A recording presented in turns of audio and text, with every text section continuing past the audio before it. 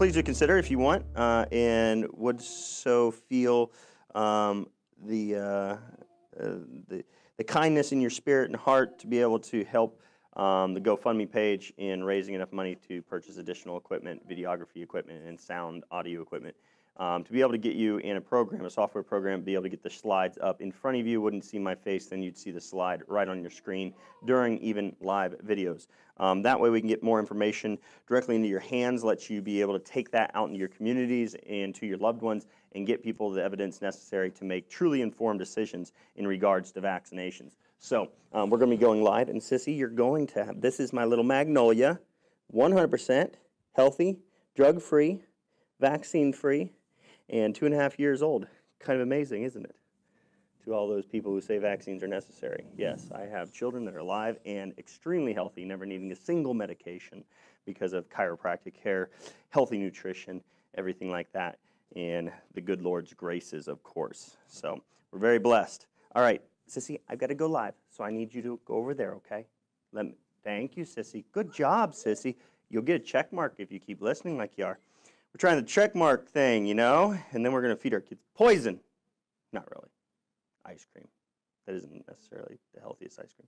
We're good.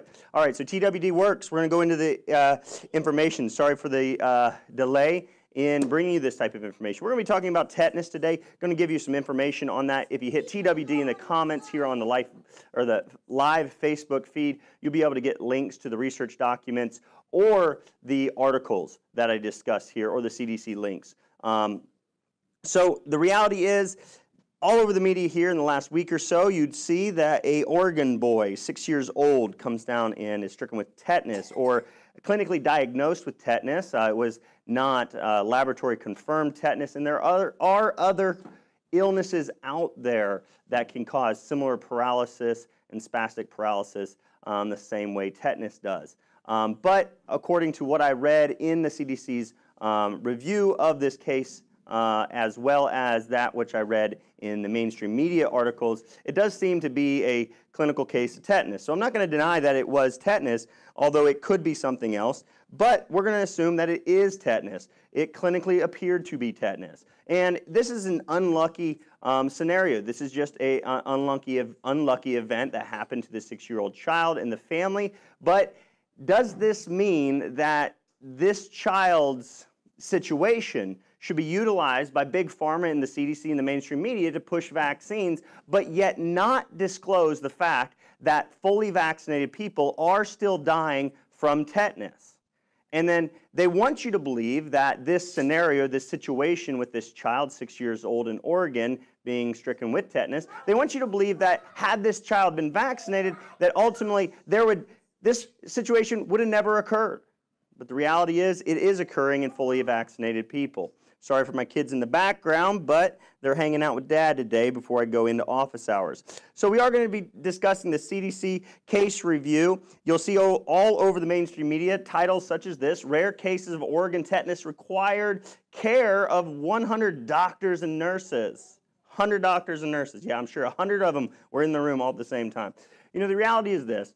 Thank God for those emergency medical physicians who are very blessed and have a vast knowledge and expertise in the area of life-saving interventions. Amos, I would like you to go over there, please. Thank you. Thank you. Go over there. Ashley, you need to listen to Ashley while I'm on live. Sorry, everybody. So, you'll see this all over the news media. Thank God for these nurses. Thanks God for the doctors, you know. But that doesn't mean that I'm going to listen to everything they say. And I guarantee within those hundreds of doctors and nurses, there's probably several of them that don't vaccinate their own children because they know the truth about the harms and dangers and risks of vaccinations. And they know the truth that the vaccines really don't work as they are pushed and promised. So we have other titles such as An Unvaccinated Boy Got Tetanus, His Oregon Hospital Stay, 57 days, $800,000. Really what that spoke to me is the reality of medicine literally saying, oh, you're in an unlucky situation. Let me just make sure I bankroll you here real quick, bankrupt you, take all your money, and we go get rich off of your suffering and your sickness. That's what it shows me right there. You know, thank God, and I would pay anything to save my children's life, but the reality is, this is what medicine is doing right now. They are taking advantage of people in a sick and suffering state. That's really what medicine's all about, it seems, these days. But again, thank God to the doctors that were able to utilize modern-day machines to help the child breathe, different things like that, enabling to save the child's life. Thank God for that. Unvaccinated Oregon boy, 6 almost dies of tetanus. So again, the media and CDC want you to believe that the situation could be, you know, completely prevented by vaccination. And then they want to spout off at how the vaccine has eliminated or significantly reduced the death rate or total illness rate from tetanus. So let's go on the CDC's own website real quick, and let's actually take their graph and look at this. So they actually give us the data necessary to make an argument in opposition of vaccinations. And let me explain this. Here we have from 1900 until 1948. And then beyond that, and the reason I stopped there and mentioned 1948, because 1948 was when they actually introduced the DTP vaccine. DTP vaccine including diphtheria, tetanus, and pertussis, and that's when they started vaccinating against tetanus. So, right there we have it, folks. You have there, 1948 is when they started vaccinating against tetanus. But as you can see here, even prior to the vaccine being available, the rate had already significantly declined. The mortality rate as well as the incident rate had significantly declined. Look at that, folks. If you draw a trend line on that, you will see that even after vaccination, there was no significant decline in the rate of death from tetanus. So while the pro-vaccine side wants to take data and make this statement right here, what the pro-vaccine side will do is they'll say, before, look at how many people were dying before on this side of the graph, on this side of the timeline. Look at how many people before the vaccine were dying from tetanus. Yes, there were a lot of people dying from tetanus, but the rate of death was going down dramatically when there was no vaccine available. And you could say that was, you know, clean water, that was migration from rural and farming communities into cities. There was a lot of factors that were at play here. Clean water, sanitation, nutrition, you know, no longer horse and buggy drawn carts in the middle of cities where people were playing and kids were playing in the street with horse feces all over, because that's the reality. Tetanus dwells and lives within the stomachs of ruminant animals. So they live, that's where that bacteria lives. So by cutting or puncture wounds especially would infect somebody if that nail, if that blade, whatever it may be, had come in contact with the feces from one of those animals. That's really where the risk is. What I did also, if you TWD in the comments right now on Facebook, you'll get a link to Suzanne Humphreys. She did an amazing 3-hour video or something like that. 3 different videos out there on YouTube right now. You can watch Suzanne Humphreys, a nephrologist, a medical expert in the realm of kidney function, but you'll find that she has a vast knowledge in vaccine related illnesses. So watch that. She gives a great overview on how you can actually significantly decrease your risk of you and your loved ones suffering from tetanus, and it comes through the reduced risk really comes from proper wound care. So let's go back to the argument here. The pro-vaccine side will say, look at before the vaccine and after the vaccine a lot less. But if we use historical data, we could actually argue the opposite, that the vaccine wasn't effective, and actually the vaccine had the opposite effect. Because if an intervention is effective, when we look at the historical data, if the vaccine was effective, we should see that that intervention caused a significant plummet or decline in the rate. Or if the rate of illness was already on the decline, it should speed up that decline. But yet, if we look at the CDC's own data, the historical data, we see that there was a plateauing effect. There was a slowing, or it delayed the dramatic trend in declining rates. So it literally slowed down the already declining rates of tetanus mortality. So did this vaccine do anything for us or not? To me, I don't see how this data could ever be used to say that the vaccine was effective at all, when this data just alone by itself says the vaccine may have actually caused more people to die of tetanus. Moving on, here's what the CDC wants us to believe. The CDC says unvaccinated or inadequately vaccinated persons are at risk for tetanus. But yet they have no mention there of the vaccinated being at risk. So let's dive into the research, we will.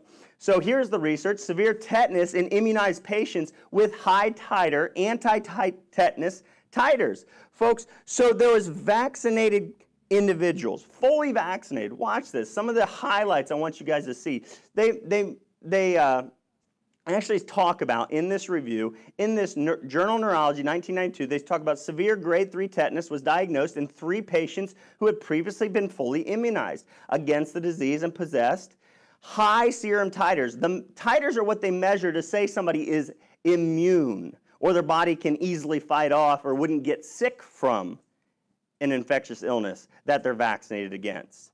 But in these cases, it was not true. Anti-tetanus, antitoxin, at the time of diagnosis, the disease was fatal in one case. They don't say who it was fatal in, but they do mention that one of the patients was actually hyper-immunized. What does that mean? That individual was vaccinated over and over and over and over again for what they said was to produce commercial tetanus immunoglobulin. So the prophylactic treatment, the immunoglobulin they inject into people after they've been exposed or potentially exposed to tetanus, they use that to say that they're preventing it or boosting the immune system against that. And while it may work or it may not, we're not discussing that here today. What I'm saying is, someone who is vaccinated more than anyone else in our society, in the world, still got severe tetanus, needing severe and intensive medical intervention. Now, they don't mention whether that man or that woman was the one who died, but they go on to say that the other 2 had received immunizations as recently as 1 year before developing the disease. So somebody could be fully immunized. They weren't fully immune, they were fully vaccinated. And there's a clear difference between vaccinations and immunity. In their comments, it is universally taught that the series of 3 tetanus toxoid immunizations provides complete protection for at least a decade against tetanus. In fact, it is often stated that tetanus toxoid is an almost, quote, perfect antigen. Doesn't seem too perfect to me when the people who are vaccinated more than anyone else are still getting the severe disease. Going on. The lesson from this is that clinical diagnosis of tetanus should not be discarded solely on the basis of seemingly protective anti-tetanus titers or because of the history of complete tetanus immunization. This is one thing I want people to think about and take into consideration. Before you believe the mainstream Big Pharma media or the CDC that you got to go out and get your vaccines, what they're meaning by mentioning this specific comment here is that doctors will actually rule out. They'll look at a patient history, ask the question, so has this child been fully immunized against tetanus? Oh, they have? Well, then we're throwing out that differential diagnosis. We're not going to have a suspicion, or we're not going to actually diagnose the person or the child with tetanus because they've been fully immunized. And I, as a physician, and I'm talking as if I'm like the doctor in the hospital or doctor's office, you know what? I believe so much in vaccines that I won't even consider diagnosing somebody with whooping cough or mumps or tetanus if I know they've been fully immunized, because that would make my vaccines look bad. See, folks, this is one of the reasons we will see a decline in the rates, the diagnosis rates of illness, simply because doctors won't diagnose a person with that illness if they've been fully immunized, quote unquote, fully immunized against it. Going on, another study, tetanus of immunized children. 4 of the 5 had been adequately immunized against tetanus. 4 of the 5. Now listen to this. The clinical picture of tetanus was mild to moderate, and in none of the children needed respiratory treatment. Folks, that should speak volumes. So 4 of the 5 children had been immunized. 1 of them not immunized. That 1 child who was not immunized still didn't have worse disease than the 4 immunized children. So really is what is this vaccine doing? They didn't want to publicize stuff like this in the past, but they'll take any opportunity they have and get to wave that banner of an unvaccinated child getting sick. To me, that's taking advantage of someone else's suffering, and I don't like it, and I hope no one else does. I hope you'll share this video. TWD if you want the research links. in the comments, TWD gets you a link to the blog post to be able to get all the references and articles that I talk about in these videos. A systematic review of tetanus in individuals. So this is a 2014 paper. This is a review of tetanus in individuals with previous tetanus toxoid immunization. So let's look at what the research says about being vaccinated but then still getting the illness. So since 1946, and at least 359 cases of tetanus have been described previously immunized, and of those whose outcomes were reported, there was a survival rate of 85.7%, with few cases reporting residual deficits at discharge. So again, you know, we could say thank God for the emergency medicine for what they're able to do and save people's life when they get tetanus, whether they're vaccinated or not. Going on in the same review, they showed, and I wanted to make this note, this is one of the things I wanted to mention here, is a previous review found a similar relationship between the number of doses and clinical severity. A review of 175 tetanus cases reported through routine surveillance between 1984 to 2000 in England and Wales found that clinical severity was greater in those who with no previous history of immunizations. Although. See, this, folks, this is what infuriates me at times, but just baffles me at times. These are supposed to be scientific reviewers. These are supposed to be scientists. These are supposed to be medical experts, utilizing the scientific evidence to give us adequate information to make an informed decision on whether we want to be vaccinated or not, or partake in their medical experiment. But they say that the severity, the clinical severity, was greater in those who'd been previously immunized, although this did not reach a statistical significance, meaning the science isn't clear on whether the vaccine actually reduces the severity or not. That's what that means, meaning the science didn't prove anything. Didn't prove that those who were vaccinated were less ill or had less severe sickness and disease from tetanus. No, it didn't prove a thing. It actually gave weight to the fact that the vaccine probably doesn't work as we're being led to believe. And in this review, they said the same thing. There was no statistical significance when looking at vaccinated versus unvaccinated in the clinical seriousness of the disease. The CDC, again, though, will go through and say this: among 197 cases with known outcomes, and this is 197 cases during a time period, with the case fatality rate was 13.7. Now, wait a minute. In the review that I just previously mentioned, they showed that the case fatality rate was the survival rate was 85.7, making the case fatality rate in fully immunized people. In a population of fully immunized people, the case fatality rate was actually higher than the case fatality rate of vaccinated and unvaccinated. So if unvaccinated people were to have worse outcomes, when you look at a population like the CDC did in this case review or this time review from 2001 to 2008, you know what? Given that they're including in this data unvaccinated people and children, then if the vaccine was effective and being unvaccinated meant you had worse disease and a greater risk of death, then the fatality rate should have been a lot higher than in a fully immunized population like this study right here.